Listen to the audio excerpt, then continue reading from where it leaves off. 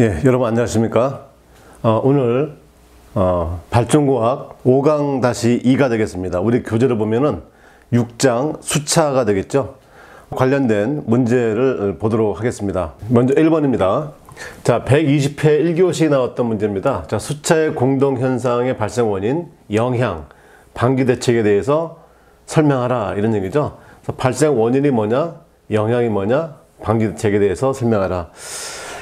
이것은 발전과학 5강 21년 11월 27일 유튜브 영상을 참고해 주시기 바랍니다. 그런데 우리 답안지 중에 여러분들 같이 참고할 만한 좋은 그림이 있어서 같이 공유를 한번 해보고자 합니다. 예, 이 그림을 보시면 영향에 보면 자, 발전단에서의 고주파가 발생을 하더라. 제가 수업 시간에 말씀드렸던 거죠. 그래서 보면 수차가 이렇게 바이브레이션을 하게 되면은 기업 박스를 통해서 계좌까지 진동이 전달됨으로 인해서 이렇게 고주파가 발생이 된다라고 하는 이제 이런 그림을 하나 그려주신 분도 계셨고요. 예, 이것은 반동 수차의 이제 러너의 캐비테이션에 의한 영향이 발생되면은 이 샤프트가 진동이 돼서 계좌 쪽이 또 진동이 일어나서 고주파가 발생이 된다라고 하는 이제 이 그림을 넣어 주셨어요. 그래서 이 그림이 되게 도창적이어서 여러분들께 같이 이제 공유를 한번 해보려고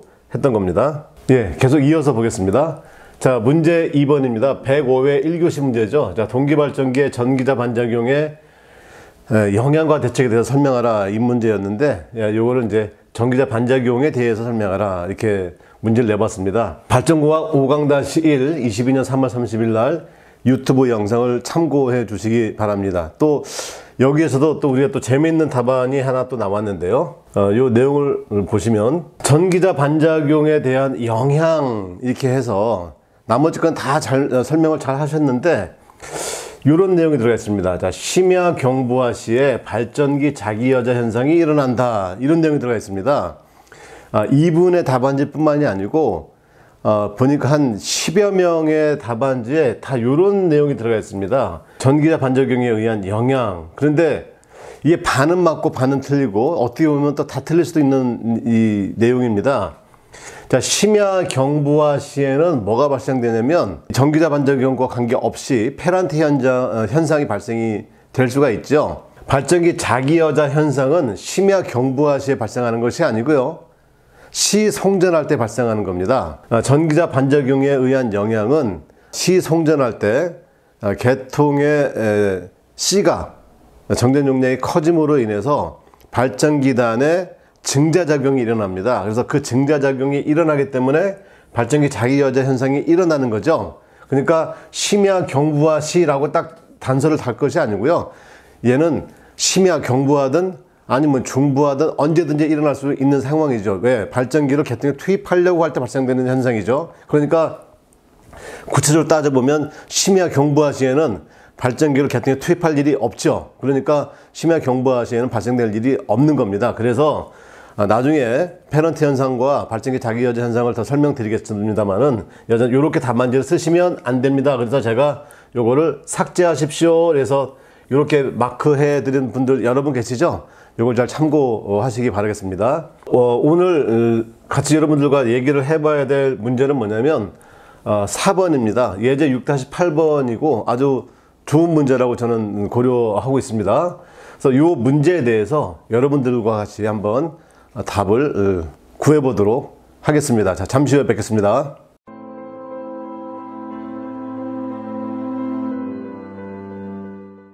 자, 유연합차가 200m, 최대 사용 수량이 82톤/s의 수력발전소를 건설해서 주파수가 60Hz인 전력계통에 연계시키고자 한다. 이 경우 아랫값을 구하라. 단 수차 및 발전기 효율은 각각 90%, 96%이다. 자, 1번 수차의 출력을 구하십시오. 이런 얘기죠. 자, 그럼 수차의 출력을 구하려면 어떻게 하겠습니까? 수차의 출력은 이제 PT 이렇게 되겠죠. 예, 이제 터빈의 출력이다. 그러면 9.8에 QH의 이타 T까지만이죠. 여기에 이타 G를 넣게 되면 뭐가 됩니까? 일단 발전기의 출력이 됩니다. 그러니까 당연히 여기서는 발전기 출력이니까 요 내용은 삭제가 돼야 되겠죠. 여기서 주어진 요것은 여러분들 헷갈리게 만든 이런 문제라고 이렇게 보시면 되겠습니다. 그러면 9.8에 82 톤, 낙차가 200m. 여기에 효율이 얼마냐면 0.9 이렇게 되겠습니다. 그러면 요것을 구해보면 얼마냐면 144,648 킬로와트가 되더라, 이런 얘기입니다. 자, 두 번째, 자, 이제 수차의 종류죠. 자, 수차의 종류는 어떻게 선정을 한다고 했습니까? 낙차를 보고 따진다, 이런 말이죠. 낙차를 보고. 그러면 낙차가 200m죠. 그럼 우리 낙차의 종류를 보면은 낙차에 따라서 사용되는 반동 수차가 이제 두 개로 압축될 수 있겠죠. 첫 번째가 뭐냐면 프란시스 수차 쓸 수 있죠. 이 프란시스 수차는 50에서 530m 정도에 쓴다, 이렇게 썼고, 그 다음에 사류는 40에서 얼마? 200이죠. 그러니까 200m까지 쓸 수도 있긴 하지만 요게 딱 걸리다 보니까 좀 더 여유 있는 프란시스 수차를 선정하는 것이 지금 바람직하겠다, 이런 말입니다. 그래서 수차의 종류는 프란시스 수차를 선정하겠다, 이런 얘기입니다. 자, 그러면 이제 프란시스 수차를 선정했으니까 수차의 회전수가 얼마를 선정해야 되느냐, 이런 문제가 되겠죠. 그래서 결국은 수차의 회전속도 결정법, 그죠?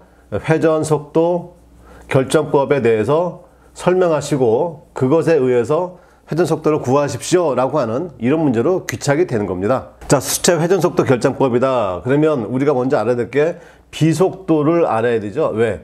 비속도는 우리가 수차의 종류가 결정되면 그 낙차에 의해서 최대한의 비속도 값이 정해지지 않겠습니까? 그래서 그 비속도 값을 우리가 알 수 있기 때문에 비속도를 구하면 이 속도, 회전 속도에다가 h의 4분의 5승, 그 다음에 p의 2분의 1승, 그렇죠? 요것에 의해서 구할 수가 있는 겁니다. 그러면 우리가 구하고자 하는 것은 회전 속도니까 이제 요거에 나눠주고 곱해주면 되겠죠? 그래서 p의 2분의 1승에, 그 다음에 낙차 h의 4분의 5승을 구하면 되겠다, 이런 말이 되겠습니다. 자, 그러면 우리가 이제 비속도를 알아야 되겠죠? 자, 그럼 비속도는 프란시스 수차의 비속도는 어떻게 된다고 했습니까? 이 비속도의 크기는 무엇보다 작다. h 플러스 20분의 2만, 그 다음에 플러스 얼마가 됩니까? 30 된다, 이런 말이죠. 그러면 낙차가 200, 그 다음에 플러스 20분의 2만, 플러스 30 이렇게 되겠죠. 그래서 이것을 계산을 해보게 되면 얼마가 되냐면 120.9 킬로와트 메타 이렇게 표현됩니다. 자, 120.9가 됩니다. 여기다 넣으면 120.9 곱하기 출력이 얼마냐면 좀 전에 구했습니다. 144648 요것에 루트, 그 다음에 낙차가 얼마냐면 200에 4분의 5승 이렇게 되겠죠. 자, 이것을 계산을 하게 되면 239.1 RPM이 된다. 여기서 기억하셔야 될 것은, 자, 이 비속도를 구한 이 값은 120.9 킬로와트 메타보다 작아야 된다라고 하는 겁니다. 그러니까 이것보다 커지면 캐비테이션이 발생하기 때문에 비속도의 이 한계식을 통해서 이 회전 속도 역시도 239.1 RPM보다는 작아야 되겠다. 이제 이것을 우리가 알 수가 있습니다. 239.1 RPM이라고 하는 것 자체는 동기 속도가 아닙니다. 왜? 발전기는 개통에 모두 다 동기 속도로 회전해야 되기 때문에 이 속도가 동기 속도로 맞춰 주어야 되겠죠. 그럼 동기 속도로 맞춰 주어진다. 그러면 이 동기 속도라고 하는 것은 P분의 120F다 이렇게 표현된다 이 말입니다. 그러면 여기서 핵심은 뭡니까? 동기 속도라고 하는 것은 무엇만 알게 되면, 극수만 알게 되면 자동적으로 결정이 되어진다 이거죠. 그렇죠? 예, 이것은 뭐 이미 결정되어 있는 겁니다. 그래서 우리가 구하고자 하는 것은 이 P다. 그래서 계략적인 몇 극을 사용할 것이냐를 이제 결정할 수 있는 거죠. 그러면 여기 이제 239.1 분의 120 곱하기 60Hz라고 주어져 있습니다. 그래서 이것을 계산해 보니까 얼마가 됐냐면 30.1극이다 이렇게 나오는 거죠. 그러면 우리가 극이 30.1극 이렇게 존재할 수가 없죠. 어떻게 존재할 수 있냐면 30극으로 존재하든지, 아니면 요거보다 작은 28극으로 존재하든지, 아니면 요거보다 큰 32극으로 존재하든지 이렇게 해야 될 겁니다. 우리가 뭐 결론부터 얘기를 하자면 맥스웰 방정식, 사방정식을 써야 된다 이렇게 말씀드렸었죠. 여러분들 수업 시간에 다 기억하실 걸로 믿습니다. 자, 여자 이제 28극이 나왔다, 그 다음에 30극이 나왔다, 32극이 나왔다. 그렇다고 한다면 요 그 식에 의해서 이때의 동기 속도를 구할 수가 있습니다. 그러면 28극은 28분의 120 곱하기 60 이렇게 해서 계산하게 되면 이 값이 얼마가 나오냐면 257 rpm이 나오고요. 그 다음에 30극은 240 rpm이 나오고요. 32극은 225 rpm이 나온다 이런 말입니다. 일단 28극은 257 rpm이니까 우리가 구하고자 하는 이 속도 239.1 rpm보다 높죠. 그러니까 여기는 우선 탈락입니다. 여기는 쓸 수가 없다 이런 말이고, 그 다음에 자 30극을 하게 되면 240 rpm인데 얘는 어때요? 239.1 rpm이죠. 그래서 얘보다 조금 높은데 이거 쓸 수 있을까 없을까 약간 헷갈리긴 합니다. 그 다음에 32극은 225 rpm이니까 확실히 이거보다 작게 됐다 이런 말입니다. 자, 그렇다고 한다면 이제 이 상태에서 다시 요 식에 넣어서 과연 우리가 원래 알고자 했었던 이 비속도 값보다 크냐 작냐만 따지면 되겠죠. 그러면 다시 넣어주면 이때 비속도 값은 얼마 나오냐면, 자 ns는 n 이게 이제 240이 되겠죠.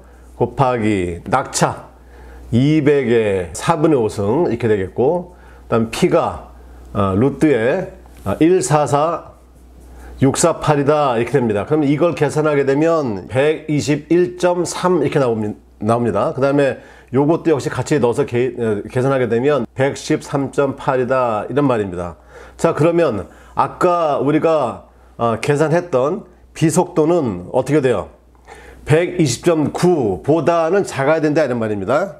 그렇죠. 그런데 얘는 어떻게 돼? 121.3이 나왔으니까 당연히 얘도 탈락 이렇게 된다 이런 말이죠. 그러면 우리가 선택을 할 수 있는 회전 속도는 얼마가 됩니까? 32극을 쓰는 225 rpm을 선정을 해야 된다 이런 말입니다. 자, 우리 교재에는 30극을 선정하십시오 이렇게 되어 있죠. 그렇지만 이제 이 30극을 선정하기보다는 확실하게 정의에 입각해서는 32극 요게 이제 답이 되겠다 이런 말씀입니다. 그래서 요거와 관련돼서 여러분들이 지금 질의를 주셨고요. 아까 처음에 나왔던 이 96%를 곱해야 되느냐 곱하지 않아야 되느냐 이것에 대한 궁금증이 있었던 겁니다. 당연히 발전기 출력 구하는 것이 아니고 수차의 출력 구하는 거니까 발전기 효율 이것은 반영하면 되지 않는다 이런 얘기입니다. 자, 여러분 수고하셨습니다.